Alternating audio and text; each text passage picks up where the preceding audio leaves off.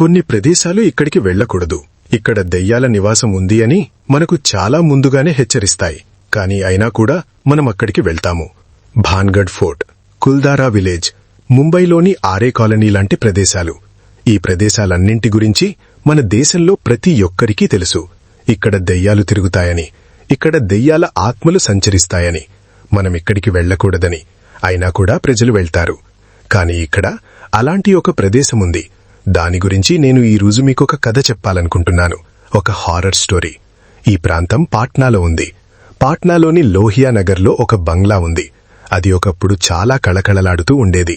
కాని నేటి కాలంలో ఇది కేవలం ఒక శిథిలం మాత్రమే. ఈ ఇంట్లో చాలా ఆత్మలు సంచరిస్తాయని చెబుతారు. దానితో పాటు ఇక్కడ చుట్టుపక్కల వెళ్లేవారు కూడా లోపలికి తొంగి చూడటానికి కూడా ఇష్టపడరు. ఎందుకంటే ఆ ప్రాంతమంతా ప్రమాదకరమైనది. కాని ఇక్కడ నివసించిన ఒక కుటుంబం, ఈరోజు కథ వారి గురించే. అసలు ఏమైంది? అంత సంతోషంగా ఉన్న కుటుంబం ఈరోజు మరెక్కడో వెళ్లి స్థిరపడింది. మరియు ఈ ఇంటిని కేవలం ఒక శిథిలమైన కోణంలో చూస్తారు. ఇది ప్రాథమికంగా శిథిలమే, కేవలం ఒక వదిలివేయబడిన బంగ్లా. కాని ఈ వీడియో ప్రారంభించడానికి ముందు ఇలాంటి మరిన్ని హారర్, మిస్టీరియస్ మరియు హిస్టారికల్ వీడియోలు చూడడానికి ఈ ఛానల్ని సబ్స్క్రైబ్ చేయండి. ఈ కథ 20-25 ఏళ్ల క్రితం నాటిది. పాట్నాలోని లోహియా నగర్లో ఇది చాలా విలాసవంతమైన బంగ్లాగా ఉన్నప్పుడు ఇది చాలా లగ్జూరియస్ గా కనిపించేది. కాని ఇంత విలాసవంతంగా ఉన్నప్పటికీ ఇక్కడి యజమాని స్వయంగా ఇక్కడ నివసించడానికి ఇష్టపడేవాడు కాదు. అక్కడి ప్రజలు కూడా ఇప్పటికీ దీన్ని చూసి చాలా భయపడేవారు. ఎవరి పిల్లవాడైనా ఆడుకుంటూ పొరపాటున ఇక్కడికి చేరుకుంటే, ఇక్కడే రాజీవ్ తన కుటుంబంతో పాటు ఇక్కడికి షిఫ్ట్ కాబోతున్నాడు. రాజీవ్ ఒక ప్రభుత్వ ఉద్యోగి. అతనికి ఒక భార్య, ఒక చిన్న కూతురు ఉన్నారు. అతను ఆ ఇద్దరితో మాత్రమే నివసించేవాడు. మరియు ప్రభుత్వ ఉద్యోగం ఉన్నప్పటికీ ప్రతి 6-7 నెలలకు అతనికి షిఫ్ట్. కాబట్టి ఈసారి నేనొక పెద్ద ఇంట్లో ఉంటే చాలా బావుంటుందని నాకనిపిస్తోంది. నా కుటుంబ సభ్యులు కూడా చాలా సంతోషిస్తారు. ఎలాగూ మనం 6-7 నెలలే ఉండాలి, కాబట్టి హాయిగా ఉందామనుకున్నాడు. కాబట్టి అతను లోహియా నగర్లోని ఈ బంగ్లాను బుక్ చేశాడు. ఇక్కడికి రావడానికి రెంట్, డిపాజిట్ అన్నీ ఇచ్చేశాడు. ఆ తర్వాత అతను తన భార్య స్నేహ మరియు తన కూతురు అనన్యతో కలిసి ఇక్కడికి షిఫ్ట్ అయ్యాడు. మరియు వారిప్పుడు చాలా ఉత్సాహంగా ఉన్నారు.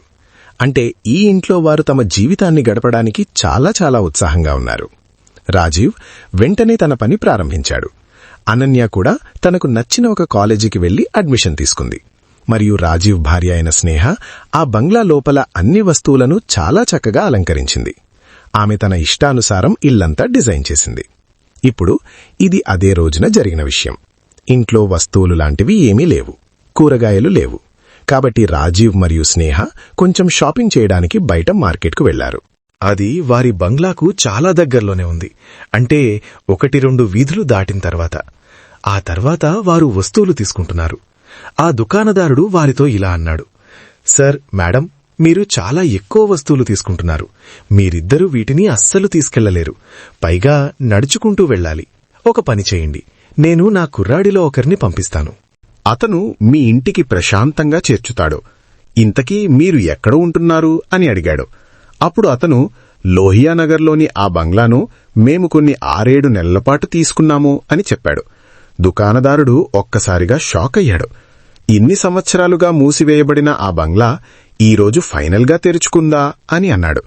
దానికి అతను, ఇన్ని రోజులు మూసి ఉందో లేదో అవన్నీ మాకు తెలియదు, కాని అవును, మేమైతే అక్కడే ఉంటున్నాము అని అన్నాడు. అప్పుడు అతను, మేడం గారు, ఎంత త్వరగా వీలైతే అంత త్వరగా ఆ ప్రదేశాన్ని వదిలేయండి. అది మంచి ప్రదేశం కాదు అని అన్నాడు. దానికి చాలా ప్రమాదకరమైన చరిత్ర ముడిపడి ఉంది. అప్పుడు స్నేహ, అవునా, అలాంటి చరిత్ర ఏమిటో కొంచెం చెప్పు అని అడిగింది. అతను చెప్పబోతుండగానే రాజీవ్ అతన్ని ఆపి, ఈ వీటన్నింటికీ నా దగ్గర సమయం లేదు అని అన్నాడు. ఈ వీటన్నింటి గురించి నేను వినాలనుకోవడం లేదు. దయచేసి నన్ను వెళ్లనివ్వండి.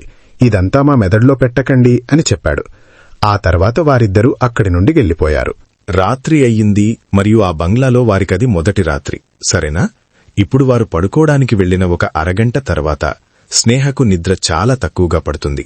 మరియు ఆమె గది తలుపు బయట ఎవరో నడుస్తున్నారని ఆమె కనిపించింది. ఎందుకంటే మెల్లగా వేస్తున్న అడుగుల చప్పుడు వస్తోంది. ఈ బంగ్లా ఫ్లోర్ చెక్క కార్పెట్తో ఉండటం వల్ల ఆ చప్పుడు ఆమెకు చాలా స్పష్టంగా వినిపిస్తోంది. కాని స్నేహ చాలా భయపడిపోయింది. ఎందుకంటే వారి ముగ్గురు తప్ప ఇక్కడ ఎవరూ రాలేదు. కేవలం రాజీవ్, స్నేహ మరియు వారి కూతురు మాత్రమే. ఎడమవైపు చూసింది, కుడివైపు చూసింది, ఎవరూ లేరు. సరే, ఎలాగూ లేచాను కదా అని అనన్య గదిలోకి వెళ్లి నా బిడ్డ పడుకుందో లేదో చూస్తాను, రేపు ఉదయం తనకి కాలేజీ ఉంది కదా అనుకుంది. సరే, ఈ కారిడార్కు కొద్దిగా ముందున్న గది అనన్యది. ఆమె నడుచుకుంటూ అక్కడికి వెళ్తోంది. ఆమె ఆ గది దగ్గరికి వెళ్లగానే లోపలి నుండి ఒక మహిళ ఏడుస్తున్న శబ్దం వినిపించింది. తలుపు తీసి లోపలికి వెళ్లి చూడాలి. మొదటి రాత్రి మరియు ఇవన్నీ జరుగుతున్నాయి. అసలు ఇది ఏమిటి? ఇక్కడ యజమాని మనకేమీ చెప్పలేదే అని అనుకుంది. ఆమె తలుపు తెరవడానికి వెళ్లగానే అదే సమయంలో ఆమె భుజంపై ఎవరో చెయ్యి వేశారు. స్నేహ వెనక్కి తిరిగి చూడగానే అక్కడ రాజీవ్ నిలబడి ఉండటం చూసింది. రాజీవ్ ఇలా అన్నాడు, అరే, ఇంత రాత్రి అవుతోంది, నువ్విక్కడ ఏం తిరుగుతున్నావ్? నా కళ్ళు కొద్దిగా తెరుచుకోగానే పక్కన నువ్వు లేవని గమనించాను. అందుకే నేను నడుచుకుంటూ ఇక్కడికి వచ్చాను. నువ్విక్కడ అనన్య గది ముందు నిలబడి ఉన్నావు. ఏమైంది నీకు? అప్పుడు స్నేహ వణుకుతూ, నేను ఇక్కడికి వచ్చాను మరియు ఈ గది లోపల నాకు ఎవరో ఒక మహిళ ఏడుస్తున్న శబ్దం వినిపిస్తోంది అని చెప్పింది. స్నేహ ఇలా చెప్పగానే రాజీవ్ ఎటువంటి భయం లేకుండా తలుపు తెరిచి ఆమెకు ఇలా చెప్పాడు, చూడు, ఇక్కడ ఎంత ప్రశాంతంగా ఉందో. ఎవరూ లేరు. ఇక్కడ ఏ మహిళా లేదు. అనన్య కూడా గదిలో ఎంత ప్రశాంతంగా నిద్రపోతోందో చూడు. ఏంటి నువ్వు కూడా అన్నాడు. అప్పుడు స్నేహ కూడా తనను తాను అంటే కొంచెం మోటివేట్ చేసుకుంది. లేదు, అలాంటిదేమీ లేదు అని తనను తాను శాంతపరచుకోవడానికి ప్రయత్నిస్తోంది. అలాంటిదేమీ లేదు. బహుశా ఆ దుకాణదారుడి మాటలు విని నాకు భ్రాంతులు కలుగుతున్నాయేమో అనుకుంది. ఇప్పుడు మరుసటి ఉదయం రాజీవ్ తన ఆఫీస్కు వెళ్లాడు. అనన్య తన కాలేజీకి వెళ్ళింది. స్నేహ ఇంటి పనులు, తదితర పనులు చేసుకుంటోంది. మరియు ఆమె కొద్దిసేపు బాల్కనీలోకి వెళ్లి నిలబడింది. ఎందుకంటే మేమిప్పుడే కొత్తగా వచ్చాం కదా, బహుశా చుట్టుపక్కల వారు, ఇరుగు పొరుగువారు వస్తారు, మమ్మల్ని కలుస్తారు అని. కాని ఆమె గమనిస్తోంది, ఇరుగు పొరుగువారు చుట్టుపక్కల నుండి ఖచ్చితంగా వెళ్తున్నారు, స్నేహను చూస్తున్నారు కూడా. కాని ప్రతి ఒక్కరూ పట్టించుకోకుండా వెళ్తున్నారు. ఆ విషయం పట్ల ఆమెకు చాలా బాధగా కూడా అనిపించింది. కొద్దిగా చేయి తెగుతుంది. ఎందుకంటే అప్పుడు రక్తం కారుతుంది. కాబట్టి ఆమె దానిని కవర్ చేయడానికి వెళ్ళింది. కాని ఇప్పుడు ఆమెకొక విషయం బాగా అర్థమైంది. ఇదంతా ఏమి జరుగుతుందో ఇది ఆమె భ్రమ అస్సలు కాదు. నిన్న రాత్రి జరిగింది బహుశా ఒక కాకతాళీయం కావచ్చు. కాని ఇప్పుడు జరిగింది మాత్రం అస్సలు కాకతాళీయం కాదు, ఇది నిజం. కాబట్టి ఆమె ఆలోచించింది, నేనొక పని చేస్తాను. ఆ దుకాణదారుడున్నాడు కదా, నేను అతని దగ్గరికి వెళ్తాను మరియు ఈ ప్రదేశం చరిత్రేమిటో ఈరోజే అంతా తెలుసుకుంటాను అని. స్నేహ వెంటనే ఆ దుకాణానికి చేరుకుంది. కాని ఆమె వెళ్లేసరికి ఆ దుకాణదారుడు అక్కడ లేడు. దుకాణం మూసివేసి ఉంది. అయినా కూడా ఆమె ఆ చుట్టుపక్కల ఉన్న దుకాణదారులను తన బంగ్లా గురించి అడిగింది. అసలక్కడ ఏమైంది, మీరు నాకు కొంచెమేమైనా చెప్పగలరా అని. కాని ఏ దుకాణదారుడు ఏమీ మాట్లాడటం లేదు. కేవలం ఇలా చెప్తున్నారు, దాని గురించి మాట్లాడలేము. లేదు లేదు, మేము దాని గురించి చెప్పము. లేదు, మీరు అక్కడి నుండి వెళ్ళిపోండి. ఏమీ చెప్పలేము, దయచేసి అక్కడి నుండి వెళ్ళిపోండి. అది మంచి ప్రదేశం కాదు. ఎవరూ ఏమీ చెప్పడం లేదేంటి అని ఆలోచించి స్నేహం మెదడు పాడవుతోంది. ఆమె మళ్లీ చాలా ప్రశాంతంగా సాయంత్రం తన ఇంటికి వెళ్లి రాజీవ్కి అంతా చెప్పింది. రాజీవ్ ఆమెపై చాలా కోప్పడ్డాడు. మూడంతా పాడైంది. అసలిదంతా ఏమైంది నీకు? ఎందుకు వెళ్లి జనాలతో ఈ మాటలన్నీ చెబుతున్నావు? ఇరుగు పొరుగు వారితో ఇలాంటి మాటలు మాట్లాడితే వాళ్లు మనతో మాట్లాడటమే మానేస్తారు. ఎలాగూ వాళ్లు మన వంక చూడటం లేదు, కాని ఇక మనతో మాట్లాడటం కూడా మానేస్తారు అని అన్నాడు. ఆ తర్వాత వారు అనన్య దగ్గరికి వెళ్లారు. అనన్య కూడా ఆమెతో ఇలాగే చెప్పింది. అమ్మా, కాలేజీలో ఎవరూ నాతో ఎందుకు సరిగ్గా మాట్లాడటం లేదో నాకు తెలియదు. అందరూ నాతో మనం మంచి ప్రదేశంలో ఉండటం లేదు అని, అది చాలా చెడ్డ ప్రదేశమని తదితర విషయాలు చెబుతున్నారు. రాజీవ్ వారిద్దరిపై విరుచుకుపడ్డాడు. అసలు ఇదంతా ఏమిటి? ఇలాంటి మాటలు మాట్లాడకండి. మీరెందుకు ఇంత పట్టుబడుతున్నారు? ఆ తర్వాత రాజీవ్ ప్రధాన ఉద్దేశ్యమేమిటంటే అతనికి ఈ ఇంటి నుండి వెళ్లకూడదు, అతనికి ఇంకెక్కడికీ వెళ్లకూడదు. పక్కపక్కన ఎవరూ లేరు.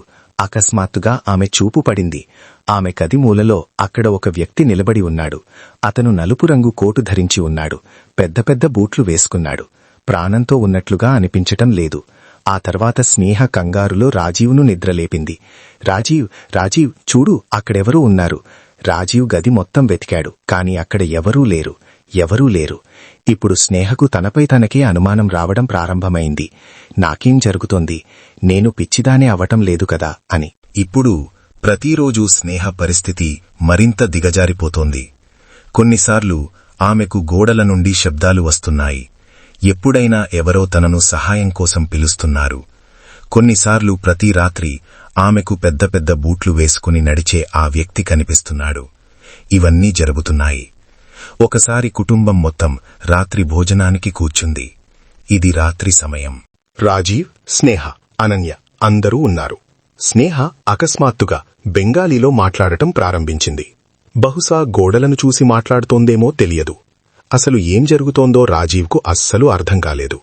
అతను స్నేహపై చెయ్యి వేసి, స్నేహ, నువ్వు బాగానే ఉండావా అని అడిగాడు. స్నేహ ఒక్కసారిగా స్పృహలోకి వచ్చింది. ఆమె, నాకు తెలియదు, నేను ఎవరితో మాట్లాడుతున్నానో, ఏం మాట్లాడుతున్నానో, నేను బాగానే ఉన్నానో లేదో నాకు తెలియదు అని చెప్పింది. రాజీవ్ అక్షరాలా చాలా షాకయ్యాడు. నిజంగా ఈ ఇంట్లో ఏదైనా ఉందా? నిజంగా ఈ ఇంట్లో ఏదైనా తిరుగుతోందా? స్నేహ మనకు నిజమే చెబుతోందా? అసలు ఏమిటి ఇదంతా? ఇవన్నీ ఆలోచిస్తూ అతను స్నేహను పడకగదికి తీసుకువెళ్లి అక్కడ ఆమెను ప్రశాంతంగా పడుకోబెట్టాడు. నిద్రపుచ్చిన తర్వాత ఆమె అకస్మాత్తుగా మధ్యలో లేచింది. అర్ధరాత్రి లేచి గోడ మూలకు వెళ్లి నిలబడింది. రాజీవ్ కూడా ఇది చూశాడు. అతను కూడా మేల్కొనే ఉన్నాడు. షాక్ అయ్యాడు. ఉదయం గోడలతో మాట్లాడుతుంది, అర్ధరాత్రులలో గోడల దగ్గరకు వెడుతుంది. అసలిదంతా ఏమవుతుంది? నాకు ఈ విషయాలన్నింటి చరిత్ర తెలుసుకోవాలి. నేను నా భార్యను ఈ పరిస్థితిలో చూడలేను అనుకున్నాడు. ఒకరోజు రాజీవ్ బజారుకు, మార్కెట్కు వెళ్లాడు. అదే దుకాణదారుడి దగ్గరకు. అతను ఆ దుకాణదారుడి దగ్గరకు వెళ్లగానే మరియు చుట్టుపక్కల వారందరికీ తెలుసు. రాజీవ్ ఏమీ అనలేదు. ఒక వ్యక్తి తన భార్యను చాలా కొట్టేవాడు. ప్రతి రాత్రి కొట్టేవాడు. మరియు ఈ కారణం వల్ల తన భార్య చేసిన ఒక పనికి అతనికి మరింత కోపమొచ్చింది. అతడు తన భార్యను సజీవంగా అదే ఇంటిలోని ఒక గోడలో పాతిపెట్టాడు. ఆ తర్వాత రాత్రిపూట అక్కడి నుండి అరుపులు, కేకలు వినిపిస్తూనే ఉండేవి. అలా చూస్తుండగానే ఆ మహిళ లోపల చనిపోయింది. ఆ తర్వాత ఆ భర్తకు కూడా తాను ఏమి చేశానో అర్థమైంది. అర్ధరాత్రులలో అతనికి కూడా తన భార్య అరుపులు, ఆమె సంచరించే ఆత్మతాలూకు శబ్దాలు వినిపించడం ప్రారంభించాయి.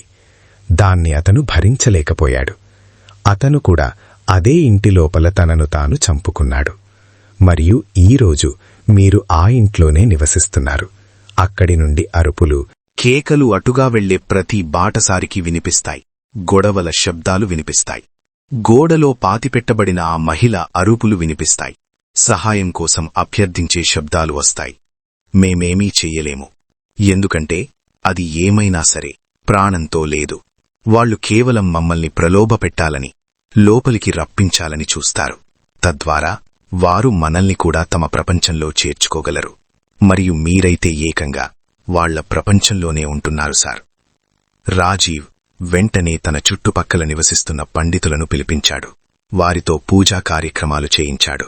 మరియు తన భార్య స్నేహను వారందరి ముందుకు తీసుకువచ్చాడు. స్నేహ పూర్తిగా వేరువేరు భాషల్లో మాట్లాడుతోంది.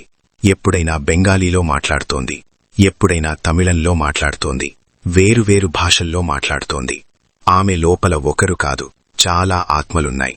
మరియు అలా చేసి వాళ్లు స్నేహను వాటి నుండి విడిపించారు.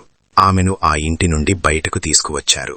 రాజీవ్, స్నేహ మరియు అనన్య, ఆ ముగ్గురు ఆ ఇంటి నుండి బయటకు వచ్చారు. ఆ ఇంటిని మంత్రతంత్రాలతో బంధించారు. ఎవరూ ఆ ఇంటి లోపలికి వెళ్లకుండా దాని గేటుపై చాలా తాయెత్తులు కట్టారు. కాని ఈరోజు కూడా ఎవరైనా ఆ ఇంటి దగ్గర నుండి వెళితే వారికి ఇప్పటికీ లోపల నుండి అరుపులు, కేకలు వినిపిస్తాయి.